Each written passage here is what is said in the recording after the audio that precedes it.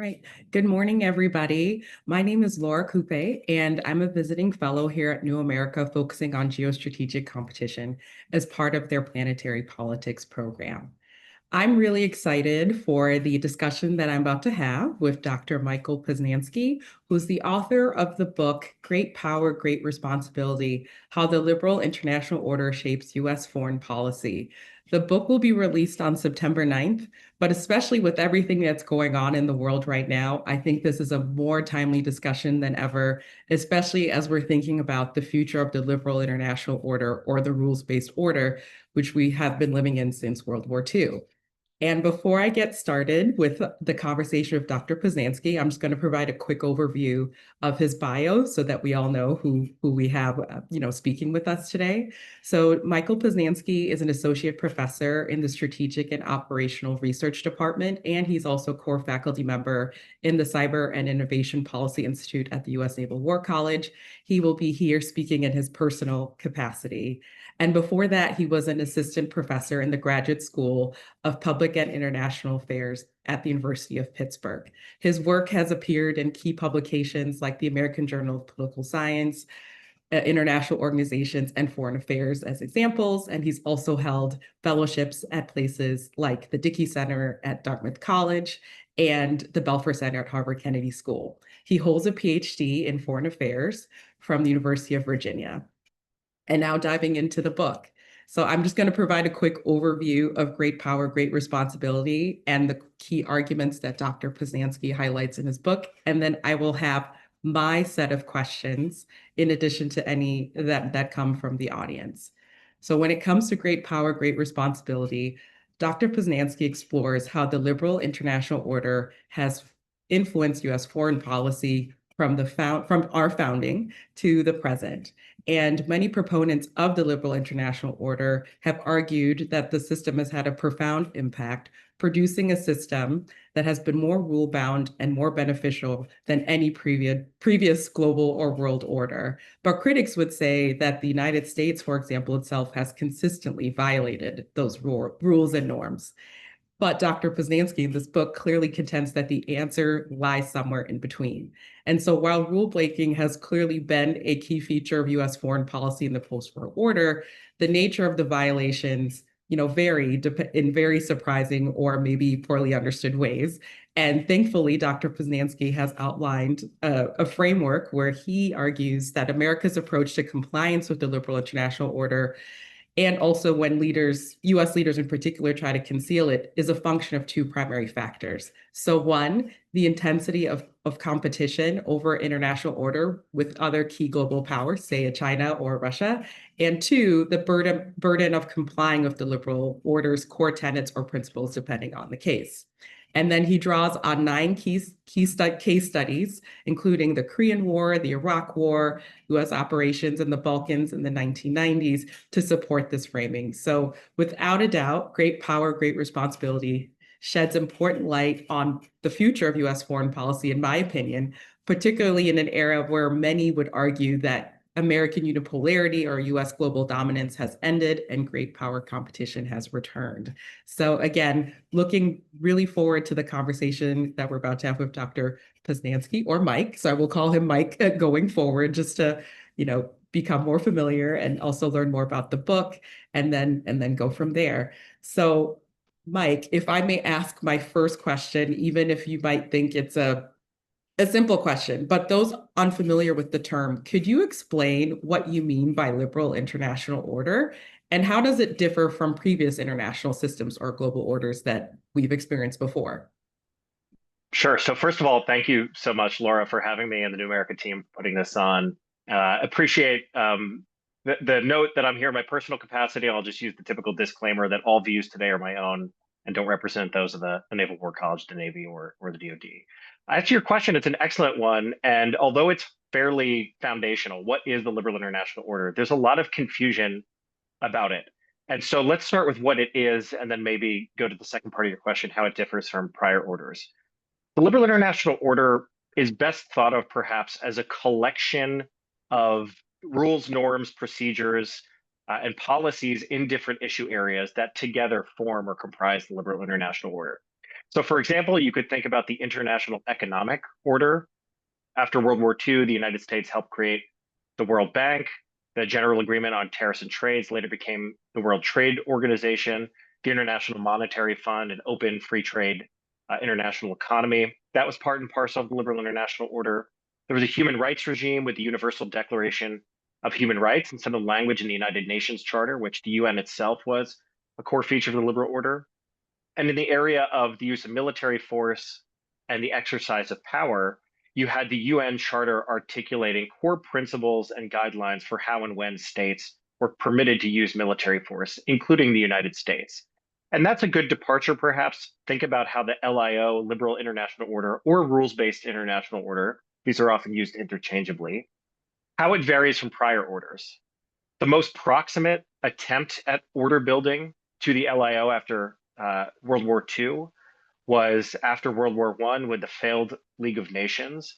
The United States, under President Woodrow Wilson, proposed the League of Nations, although the US didn't actually end up joining it. But this was a kind of nascent attempt to organize the great powers and smaller states of the international system to adhere to a common set of principles and try to avoid the calamities of World War I. Obviously, that system failed. You had World War II, but that was the basic precept around that. Earlier in the 19th century, you had what's called the Concert of Europe. So this is after the Napoleonic Wars, right around 1815, when the great powers of the day, Prussia, Russia, Austria, the United Kingdom, and eventually France, formed this kind of loose collection balance of power system where we agreed to manage conflicts with one another on the continent to try to avoid, again, major power wars. So the liberal international order is certainly not the first attempt at order building in international history, far from it, but it is by far the most dense and the most successful of all prior efforts. Great. Well, thank you so much for that overview. And given the history that you just dove into, so what inspired you to write this book? Why now? And why do you think understanding the liberal international order's influence on US foreign policy is so crucial right now? Kind of two motivating reasons to write the book. Maybe 5, 6 years ago or so, I started noticing an uptick in the amount of articles and books that were highly critical of the liberal international order. And not critical normatively, like the United States should or shouldn't follow it, but basically taking aim at whether it ever really existed at all, whether the United States ever complied or followed the rules, norms, and procedures of the liberal international order. And there was a lot of pushback from proponents of the rules based order, which argued that no, the United States has followed the LIO or rules based order for the better part of 75, 80 years. And so you had these kind of two emerging camps in this debate. One, which was highly skeptical of the entire enterprise, that it ever really existed. And then you had proponents which were quite optimistic about it. And I thought both of these camps or schools were onto something. They each had, aspects of history on their side to support their claims, but I thought they were missing something pretty foundational, which we can get into. And you teed up very nicely on the front end with the summary of the book. And the second motivating factor to write the book was that with the return of great power competition, or what we sometimes call strategic competition, primarily with China, but also to a lesser degree, Russia and potentially Iran and North Korea, the United States is once again facing an environment where there is a true competitor for the allegiance of other states in the international system, for what the rules of the road will be in the international system, again, primarily from China, which has both the economic and military clout to be able to try to affect those processes. So it seemed like a good time to weigh into the debate about, was this post-war international liberal order ever really a thing? And if so, how has it kind of evolved over time and affected US foreign policy? Because if it was all really a fiction or a myth, all of the hand wringing about the death of the liberal international order and the threat that China poses to the order would be far less problematic. But I kind of figured that wasn't quite the true story. And so I wanted to dive into it a bit more deeply. No, I think it's a great, great, great, great reason to have written the book. And so another thing in terms of just the title of the book, so your title plays on the phrase with great power comes great responsibility. So how do you see that responsibility manifesting for the United States in this liberal international order that you speak of? So why, like, for example, why this title? I mean, in addition to just being a huge fan of the Marvel Cinematic Universe and Spider-Man, I think the great power, or specifically the great responsibility component of the title, captures what was kind of unique about the rules-based international order in the post-war period. And basically, the idea was that the United States, as the world's leading superpower at the time, and certainly the world's leading liberal democratic state and great power, outlined a set of rules, norms, procedures for all of these kinds of behaviors: economic, human rights, use of force, eventually the nuclear regime with the IAEA and the Non-Proliferation Treaty and so forth. And the United States committed not just to, um, you know, introducing these rules or articulating these rules for other states, but US policymakers themselves promised that they too would follow the rules of the road. As we can get into in a bit, the US record of compliance was far from perfect, but policymakers, especially during the Cold War, felt a really keen sense of responsibility or a keen sense of urgency for persuading other states that US power, which was so overwhelming at the time, could be made predictable, constrained, and open to the constraints of other states that were participating in the international order. So the responsibility part, just to sum up, was basically the United States agreeing that it too would follow the rules and norms of the liberal international order. Great. And I guess the other question is, before I dive into the framing, which is a key part of what I think makes your book so unique, is also who did you have in mind for the desired audience? Was it other academics? Was it national security practitioners? Like I'm a former, DoD alum, as well as someone who's worked on the Hill, private sector leaders. So I guess also before we dive into the framework and the argument, especially since you are an academic after all, just kind of also was trying to think about, like, is this a book that I could share with folks who are not in DC? Just kind of would love to hear that before we dive in.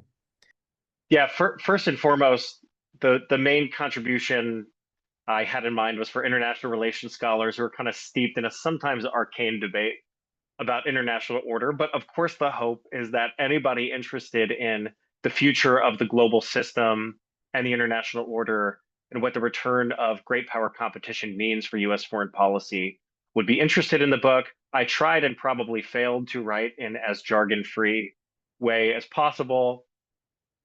Even the liberal international order and rules-based order is kind of a term of art.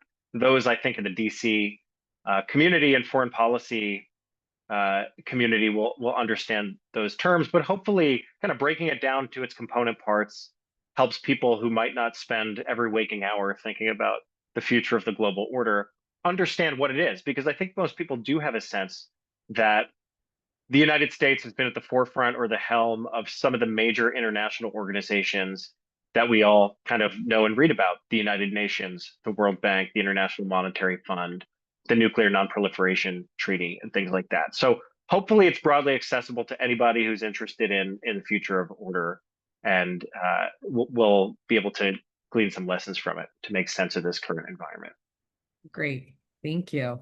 So now I want to dive into the framework, which I think again makes your book so incredibly unique. So again, your framework centers on two key factors. So the intensity of competition over the international order between, the US and other global powers, and then two, the burden of compliance in terms of, again, you mentioned the rules-based order and the different, I would say, institutions and rules and norms that were created as a result of the end of World War II. So why did you decide on this framework and designate it through the lens through which US national security leaders make foreign policy decisions? Very curious as to that, because, especially as somebody who's been in DC, you see national security leaders, at least based on my opinion, maybe not always base their decision making on grand strategy. You would, of course, love them too, because again, we have key strategy documents like the national security strategy, the national defense strategy. But sometimes I've also seen leaders make decisions based on crises of the day. So just very curious as to why you chose that framing to explain US foreign policy decision making. Yeah, the first factor that struck me as relevant to the debate, again, going back to these two camps, the skeptics of the liberal international order, the rules-based order, and the proponents. The first variable that struck me as relevant was, what does the international system look like at any given time? And this is, although it varies, it's a slow-moving variable. So when I say intensity of order competition, what I basically mean is, does the United States face a peer military and economic competitor that itself is trying to establish an international order of its own and challenge the US-led order? So that's as I said, a slow-moving variable. During the Cold War, roughly 1945 to 1991 or so, when the Soviet Union eventually collapses, the value of that variable was one, the United States faced the Soviet Union. The Soviet Union, clearly in Eastern Europe and other parts of the world, had established its own international order and was challenging the US-led order wherever it could, including in Latin America, Africa, Middle East, and other regions. And after the end of the Cold War, what's known as the unipolar moment, when the United States was far and away the only superpower in town, this is roughly the early 90s until the 2010s at some point. It's kind of depends on when you date the return or rise of China and great power competition. But it struck me that this factor, what does the international environment look like, would have a profound effect on how policymakers thought about the costs of violating the liberal international order. And the argument here is that when the US faces a peer competitor, Soviet Union during the Cold War, China today, if the United States violates the rules and norms that it has set out as part of this rules-based order, the costs will be much higher than when there's no peer competitor vying for control over international order. And that's because the United States has to retain its alliance network.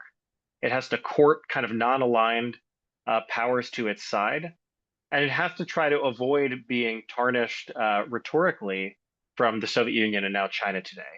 During the unipolar period, when the United States didn't face any peer competitor, other states would still complain and did when the United States violated the rules-based international order, but the costs were just not as important. So this was the kind of first factor I was thinking about that made the compliance question for the rules-based international order a little more conditional than the proponents, which basically argue the US always complies, or the skeptics, which argue the US never complies with the order. But that alone is not enough, right? That's a really slow moving variable. It kind of moves in decades. The other factor that affects whether policymakers follow the rules-based international order is what I call the burden of compliance. And this actually, I do think, gets to the question of how policymakers on a day-to-day basis think about crises, for example. And the argument here, the variable, is defined as in any given moment. So North Korea invades South Korea in 1950. There's fear that Saddam Hussein has weapons of mass destruction and nuclear weapons, or Muammar Gaddafi in 2011, and the Libyan regime is threatening to crush the opposition, and so forth. Policymakers ask themselves first, are the stakes high enough that we want to intervene or take action in this case? The answer is not always yes. But if the stakes are high enough, do we have the rules of and norms of the rules-based international order on our side? If we do, that's an easy win. Why not follow the tenets of the rules-based international order and get the legitimacy benefits of doing that? But if the rules of the liberal international order are not on policymakers' side in a given case, they will then think, what are the costs of openly violating the rules? Then what are the costs of more quietly violating the rules? And so those together give us this more complicated picture of compliance. Great. And I think a way that you do that is you focus or you examine 9 case studies spanning from the Korean War to operations in the 90s and to the Iraq War. So can you walk us briefly through some of these case studies briefly? And then which cases, for example, surprised you most in your research and why? Yeah, it's a great question. I'll be brief because I don't want to bore the listeners with too lengthy a summary of the 9 cases, but I do think they help illustrate the argument. So I have 3 cases from the Cold War period: the Korean War in 1950 to 53, U.S. covert action in Guatemala, in 1954, which was a regime change operation, and then the beginning of the Vietnam War.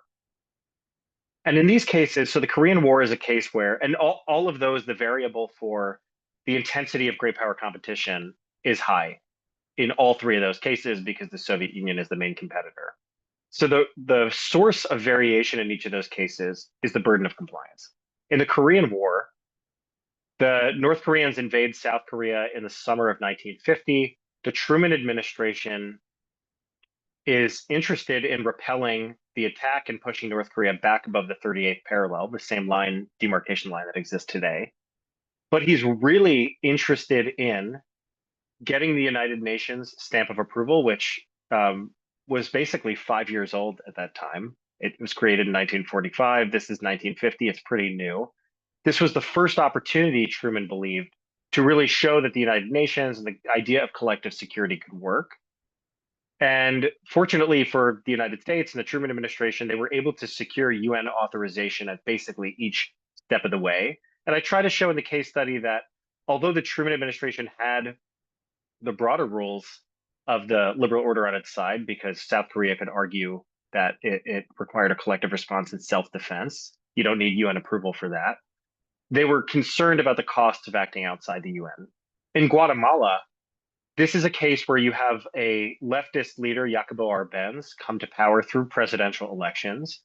And the Eisenhower administration is concerned that he's tilting too closely toward the Soviet Union and that he either himself is a communist, Arbenz, or that he was close enough to the Communist Party in Guatemala that eventually they would take power and move the country closer to the Soviets. And obviously, given Guatemalan geography, Latin America is a particular concern for policymakers in that period. There's a lot of debate about whether a lot of the concern about paranoia about communism was paranoid, and some of it certainly was. But that's not what I'm doing in this book. I'm just saying, on their own terms, what was the perceived threat, and then how did they act? So they perceived a threat in Guatemala, but they were concerned that overt aggression against Arbenz and that regime, particularly because he was democratically elected, would irreparably damage the US reputation, not just in Latin America, but more broadly, because it would violate these new tenets of the rules-based order. And so they turned to covert action to try to hide the fact that they're violating the rules. And you see a similar story in Vietnam. This is kind of a case that shows the limits of the theory in the book. The Johnson administration throughout the early 60s, well, Kennedy first and then Johnson in 64, they try to resolve the situation in South Vietnam quietly through a series of covert action by taking actions against the North Vietnamese to try to get them to stop supporting an insurgency, in part because they're concerned about the ramifications of openly targeting North Vietnam and the liberal international order. Of course, none of that works, and Johnson escalates the war in the spring of 1965, not just in spite of the concerns about the rules-based international order, but in spite of the concerns it had domestically and so on. Let's fast forward to the unipolar period. Those cases they're a lot easier. So there's two cases involving Iraq, one in 1998 and one everybody knows in 2003.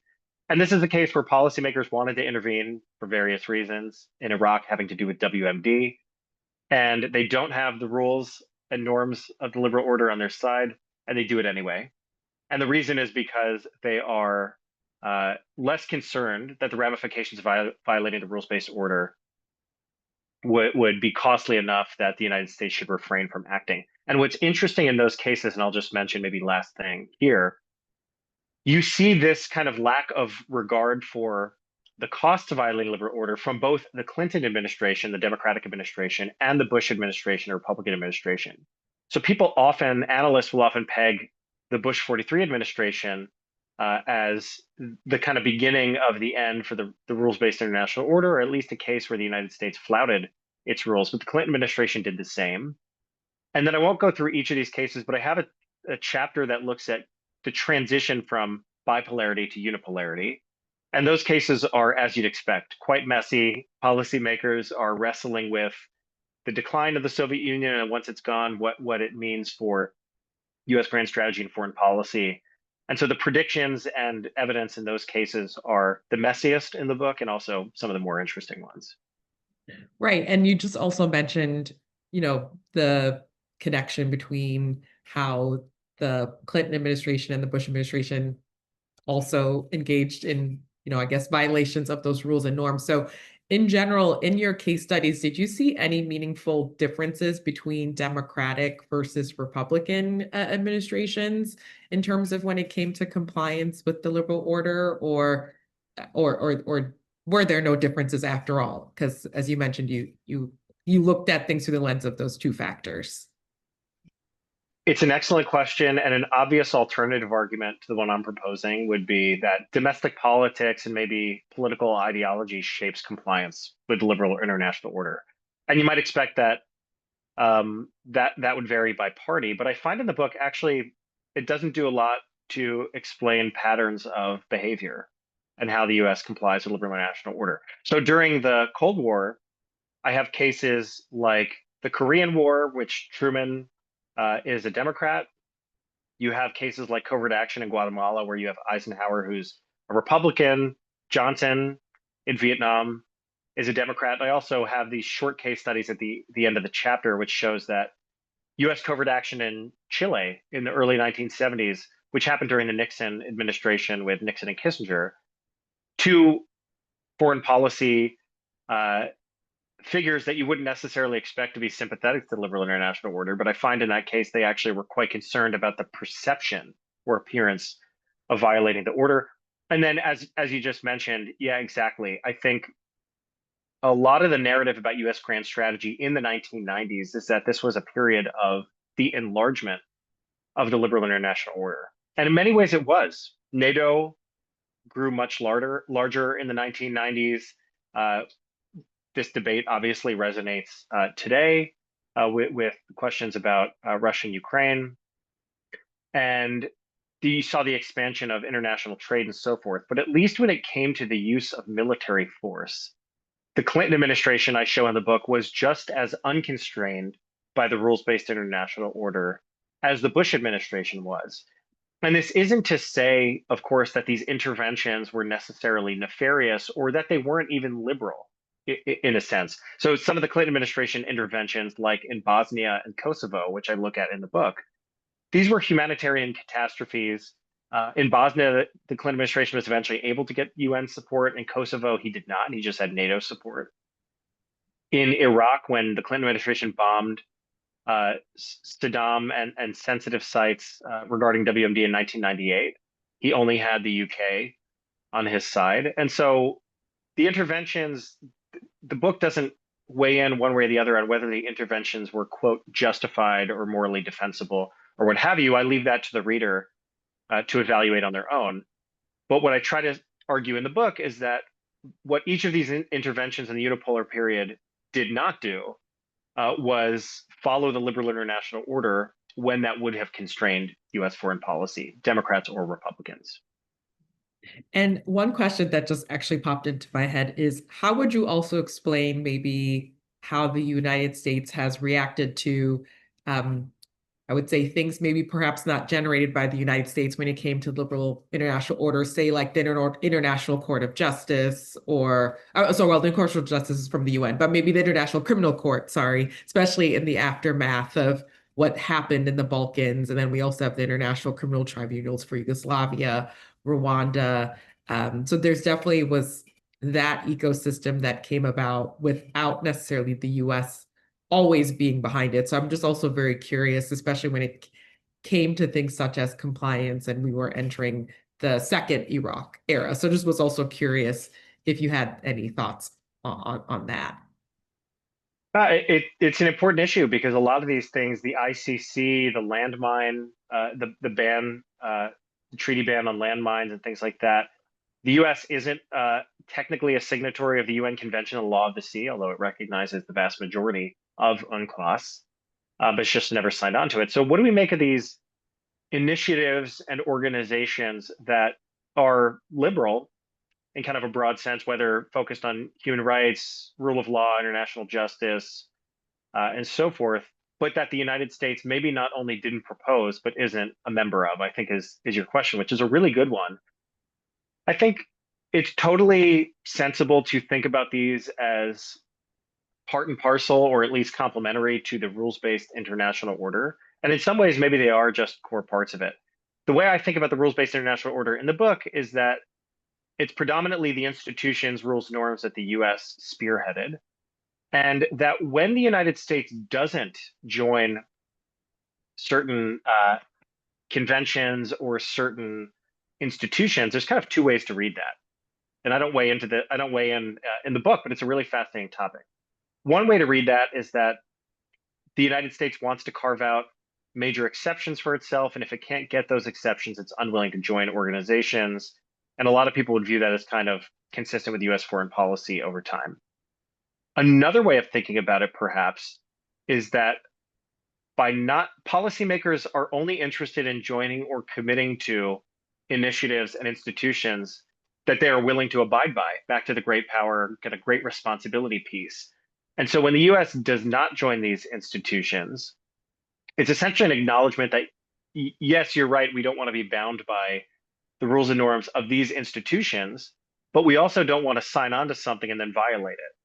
So there's kind of an interesting question there about which of those two approaches is right. And that's beyond the scope of the book, but it's a fascinating area for debate. No, for sure. And then now I kind of want to pivot to the present. I know we've talked about some past case studies or past events. So as many would say, as you've also mentioned, that American unipolarity has ended and great power competition has returned. So with China's rise and Russia's recent actions challenging the liberal order, how do you see the intensity of competition prong of your framework affecting US foreign policy today, especially with everything that's been going on with Russia and the recent meetings that President Trump has had with European leaders? So you described it precisely right, in my view, that the intensity of competition over international order is quite high. It's the highest we've seen since the end of the Cold War, right? 30, 40 years. And the implication of the book is that policymakers from both parties are going to have to, or maybe a better way of putting it, are going to be incentivized to think about how their actions on the international stage relate to the rules-based international order, how violations of the liberal or rules-based international order might result in costs that they are unaccustomed to being concerned about, such as during the unipolar period. And so policymakers will have to wrestle with that kind of trade-off between the pursuit of what they believe is in the national interest and sometimes the reality that those pursuits might clash with what's allowed or permissible under the rules-based international order. And so all presidents since the return of great power competition, Obama, Biden, Trump, or sorry, Obama, Trump, Biden, Trump, face these same kind of incentives. It doesn't mean that all presidents they'll manifest in the same way. And it also doesn't mean, I should mention, that there's no area for improvement or reform for the rules-based international order. There's been criticism of the rules-based international order from proponents of America First, proponents of restraint, proponents of the liberal order itself, that it's become too constraining, too technocratic, too rules-based, too divorced from national politics. There was a really great essay in Foreign Affairs recently that diagnoses the problem of the liberal international order as too much liberalism and didn't take into account politics enough, specifically at home. So there's lots of really interesting generative work on ways to reform it. But the bottom line is that the US-led order is clashing with the Chinese-led order, and policymakers are going to have to think hard about how their actions relate to the international system and what implications those actions have. So actually, that ties well into my next question is, do you think that the United States and similarly like-minded nations, should they still adhere to the liberal international order? And another follow-up question to that is, and you actually went into the reform question, which I was literally about to ask is, do you think future policymakers, researchers should advocate to changes? Because I think you've alluded to some of the changes that have happened. Also, we've had new technologies like AI, literally changing the fabric of human life. And that didn't exist when the rules-based order was created in 1945. So just wanted to see what are your thoughts on that, given the criticisms from the proponents and the critics of the order. And I know you are, just a scholar and also just looking at what's going on, but based on what Mike thinks, what would you say could be some reforms to strengthen the order for the world that is to come, and some of the things that we're already seeing today? Sometimes my impression is that proponents of the rules-based international order view any sort of major changes or reform discussion as an assault on the rules-based international order. I think that's wrong. And I think it's wrong because analogize it to our own experience here in the United States. First of all, the Constitution has amendments, which by definition implies that the original Constitution wasn't perfect. It's been amended over time, it's changed. We also have courts who interpret sometimes and often maybe quite vague language in the Constitution and statutes. And this is all part of democracy, right? Democracy can change. You elect new leaders, you pass laws, you get new interpretations of statutes and laws, you can get amendments to the Constitution. So I think it's perfectly sensible to think about that as having implications for the rules-based international order. In other words, it can change without abandoning the entire enterprise. Now, what that change looks like is to be determined. I think in the economic realm, it's certainly true that if the rules-based international order lacks legitimacy because of its implications on domestic manufacturing and the domestic workforce, particularly in the United States, it's unsustainable, essentially, to keep promoting an international economic order without any changes. So basically saying as it's evolved over the last 80 years was perfect and there are no changes, because getting buy-in and legitimation of the international order at home is really important. And so I think that foreign affairs article I mentioned has a number of intriguing suggestions, which is taking into account domestic politics more explicitly, more flexibility in some of the rules. And so I think those are just some of the ways we might think about reforms in the liberal international order. And I have a follow-up question to that, especially because I'm a lawyer or also just have been in very bureaucratic places, worked in the Pentagon myself. And how do you think that process could look like to create those reforms? Especially because when the rules-based order was created, a lot of the countries in the global South were not independent yet. So I was also curious how maybe those voices could be more inclusive, especially as we look at reforming or I would, in my opinion, strengthening the rules-based order for the new realities that we find ourselves in. I would say, first and foremost, you need buy in from the relevant participants. And number one there is that the US public needs to buy into the US led international order. And for a long time, I don't think policymakers on both sides of the aisle did a particularly great job of connecting the rules based international order to everyday Americans' lives. You're beginning to see that change a little bit, and some issues are easier to connect to US citizens' lives because of their kind of visible impacts. You could think about immigration as kind of an issue that crosses domestic international politics. You have trade, of course, but in the realm of the use of force and human rights and things like that, it's a little hard to connect it. So I think we need to do a better job rhetorically of explaining. I think when we want to have reforms, we need to bring that debate here. And also, participants abroad will need to be part of the conversation. And if it's going to be a kind of agreed upon set of rules, norms, and procedures, pardon me, you're going to also need the states that are members to buy into it. And so that doesn't mean every state will agree on everything. And as you mentioned, it's become a lot more unwieldy as more and more states in the era. So, when the rules based order was created after World War II, you had far fewer states than you did just a few decades after with decolonization and so forth. And so that makes it complicated. Where there's areas of agreement, you might see more universal, inclusive institutions. Where there's maybe smaller communities of interest, you might see smaller initiatives and rules and institutions being built, and the US working with certain allies. And so it might look like a mix of these depending on the alignment of interests and how much agreement you're able to get in key issue areas.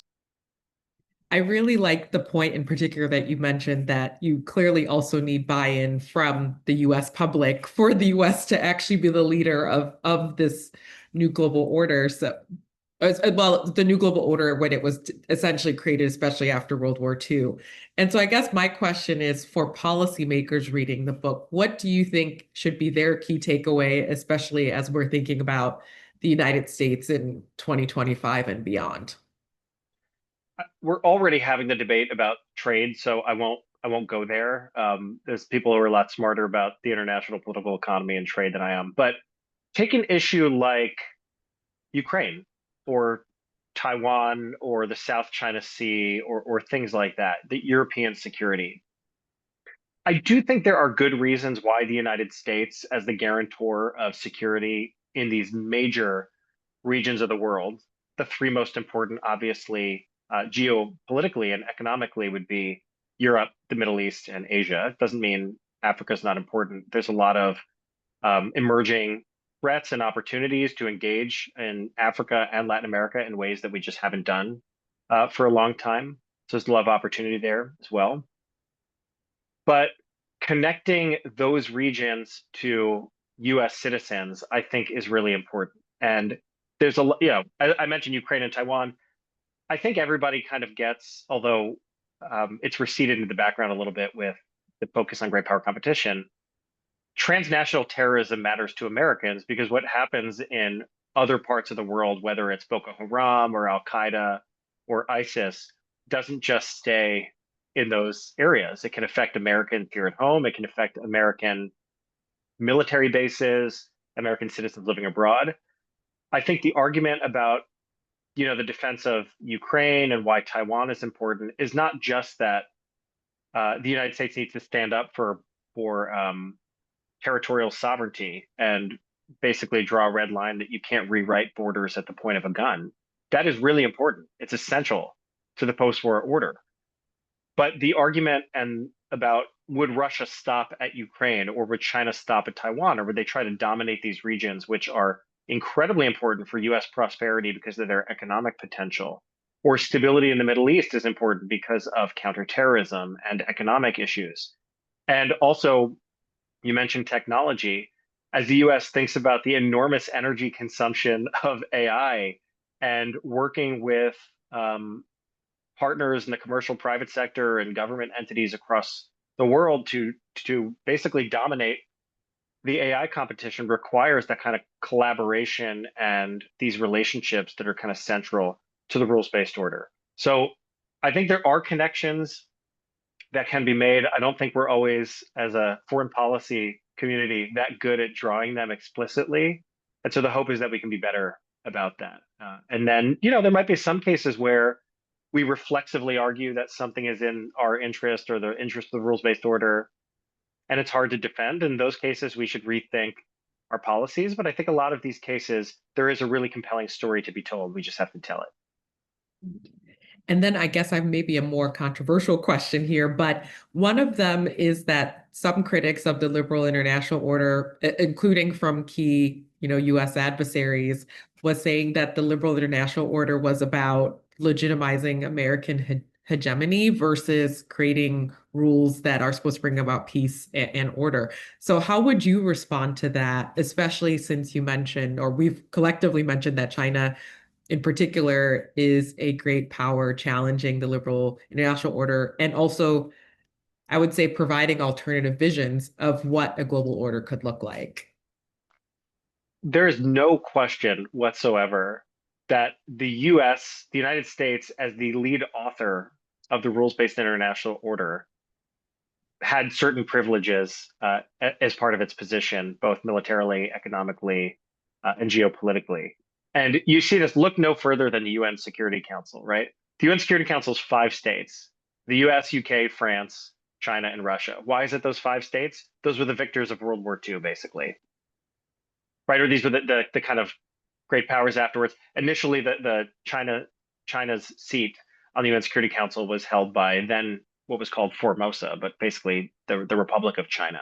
not the People's Republic of China. That changed uh, several decades later. The Soviet Union and the US fought on the same side in World War II. And so you get the Soviet Union on the Security Council.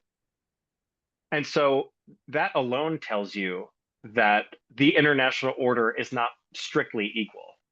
There is a there is a kind of element of it that is proportionate to the geopolitical, military, economic influence certain states have.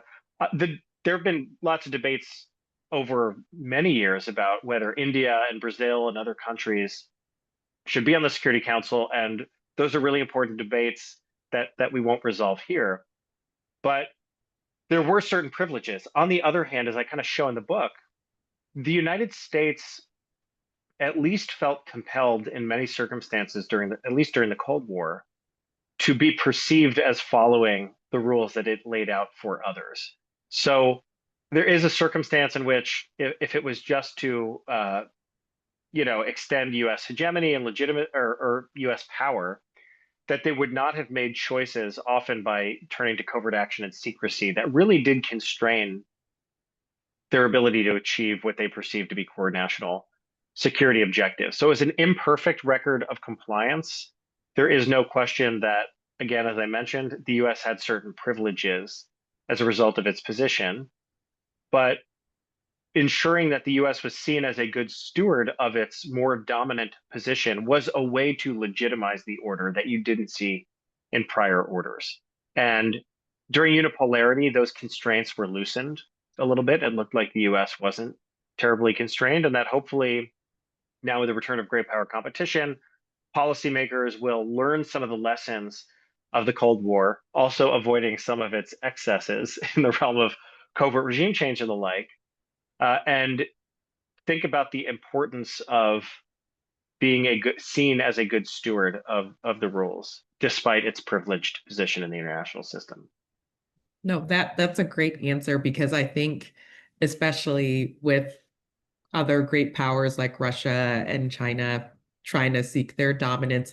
I think something that they've highlighted and used, particularly in countries of the global south, is the imperfect compliance that the United States has had with the liberal international order. And and in some ways, that's been always kind of, in my opinion, the jewel that they've used to highlight that, hey, look, the United States not following these rules. Why should you? And so I guess, do you think that non-compliance over time has hurt America's reputation, especially now that there is competition from other countries? You're hitting on a core theme of the book, right? One of the core benefits of complying with the liberal international order, or at least being seen to comply with it, is that it denies your adversaries opportunities to point out real or perceived hypocrisy, exactly what you were just talking about. And Russia and China would like no more, my view, than to have a race to the bottom, this kind of nihilistic view of international order. The US doesn't follow rules, so sure, we don't either. And maybe the Belt and Road Initiative or other initiatives like that are highly transactional, and maybe we're kind of promoting this vision of that's a little more authoritarian in nature than the US, but the US doesn't follow the rules either. So I think that's a problematic state of affairs, and I think it's in the US interest to combat that perception. I think policymakers understood that well during the Cold War. I think they understood that during the unipolar period, but it just wasn't as problematic because there wasn't this rival great power that could call out US hypocrisy. There were countries that were calling out US hypocrisy vis-a-vis the liberal international order, but there was no real alternative in the global system. And I think now that there is, it's really incumbent upon policymakers to think about this kind of naming and shaming, or what some call competitive shaming dynamic you were talking about. You asked a broader question too. Do I think the US record has made it harder to combat those perceptions? There's no question that Russia and China will go out of their way to point to US noncompliance, especially the history of noncompliance in certain periods for their own benefit. So I do think the United States would benefit from acknowledging missteps of the past, recommitting to the constraints and this idea of strategic restraint from the original post-war order and trying their best to navigate how to pursue national interest within that framework wherever possible. There might be some circumstances where US national interests are so overwhelming and it is so difficult to comply with the rules-based order, and that's kind of a different story. But in a lot of cases, policymakers might be able to kind of navigate that with some reasonable degree of confidence. Great. Yeah, and I think especially like so my questions now, my final set of questions is about looking forward. So you already mentioned maybe addressing issues of non-compliance and highlighting missteps as a way to regain trust in the liberal international order. Are there things that you think the United States can learn from its competitors to strengthen to strengthen broader global support for continued existence of the liberal international order? For example, as you had mentioned, China's Belt and Road initiatives, which invests in infrastructure or investment in the daily lives, especially of people that live in countries like the global South that maybe the United States or its allies have not thought about as more intently. So do you think, for example, the Trump administration is making commercial diplomacy a bigger pillar of its foreign policy? So do you think what are other lessons learned from the past that foreign policy leaders in the United States could implement as they think about, the survival or some future iteration of the liberal international order? One lesson we're learning is that this environment, although it is another iteration of great power competition, is infinitely more complex than the Cold War. The amount of economic interdependence between the US and China is leagues ahead of where the US and Soviet Union were, which had very little exchange of that kind. So that makes it hard to disentangle where we're seeing that now. I think the Belt and Road Initiative shows that the provision of certain forms of development and infrastructure development in particular can put countries in a bind between choosing between the United States and China. And so if the US can increase its competitiveness in that space, not just because it would help communities in the countries where these big infrastructure development projects are happening, but because it's a way to compete with China. I think that's one lesson. And secondly, you're kind of seeing this with AI and the chips race right now. But a lot of these investments, especially by the Belt and Road initiative of China, once these things are in place, like once Huawei infrastructure is in place, it's very costly for countries, even if they want to shift to Western assistance or Western commercial relationships. It becomes more costly to do that over time. And you're beginning to see this with the debate about chips and NVIDIA's chips and whether the proliferation of US chips on the international market will retain the US edge because other countries will continue to be reliant on our chips, or whether export controls and trying to manage who gets which chips is a better strategy. That entire debate, and there's people who are a lot smarter about that than me who kind of weigh in on that, but that whole debate is in part about what we often call in political science path dependence. Once you make certain investments, including domestically, but also abroad, there's a huge cost for switching. And so the United States faces enormous incentives to get in and get to places early when it comes to uh, international telecommunications, infrastructure, chips, things like that, to ensure that countries are relying on Western and ideally American technology so that it's harder for them to shift over to China. And I think we've seen that in reverse with the Belt and Road, some of the inroads they've made in certain parts of the world. And so that's one major lesson. Great. So I have two questions before we wrap up. And one might be, maybe I'm going to ask you to, pull out your magic 8 ball in that, or, just kind of think about the future, 2050. So do you think that the liberal international order can survive or adapt to this multipolar moment we find ourselves in? Or I know we can't totally predict the future, or are we witnessing its gradual dissolution? I know it might be a lot to ask of you, but just kind of maybe your initial thoughts.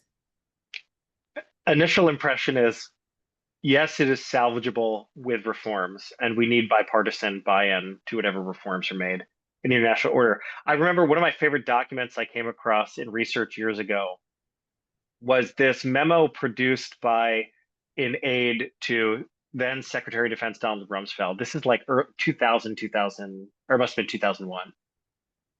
And Rumsfeld asks one of these aides, what do you think the next, I don't remember, 10, 20 years, what do the next several decades look like? And the aide wrote a one-page memo that has blown my mind ever since. And he goes through the 20th century in increments of 10 years. And he says, for example, if you asked someone in 1920 to predict that 10 years later you'd have a Great Depression, and then 10 years later after that you'd be in a Second World War, 10 years after that, the country we fought with, the Soviet Union, is now our mortal enemy in a Cold War, and so on and so forth. And he goes through the entire 20th century like this. And he ends, I'm going to paraphrase by saying something like, all of which is to say, I have no idea what will happen in the future, but we better be prepared. That seems about right to me. I think there's no way to know what will happen in 25 years and 2050. The best we can do is lay the foundations for success in the coming years and decades. And I think we can do that. It'll just require a lot of effort, buy-in at home, and buy-in abroad. Yeah, no, I think you summed it up excellently. And because so we're about to wrap up. So I just kind of wanted to give you the floor, maybe to say any final comments about your book in terms of what you think the readers will take away from it. Also, maybe finally be great to hear like who do you think would be inspired by reading this? Yeah, just kind of essentially giving you the floor to say your final comments.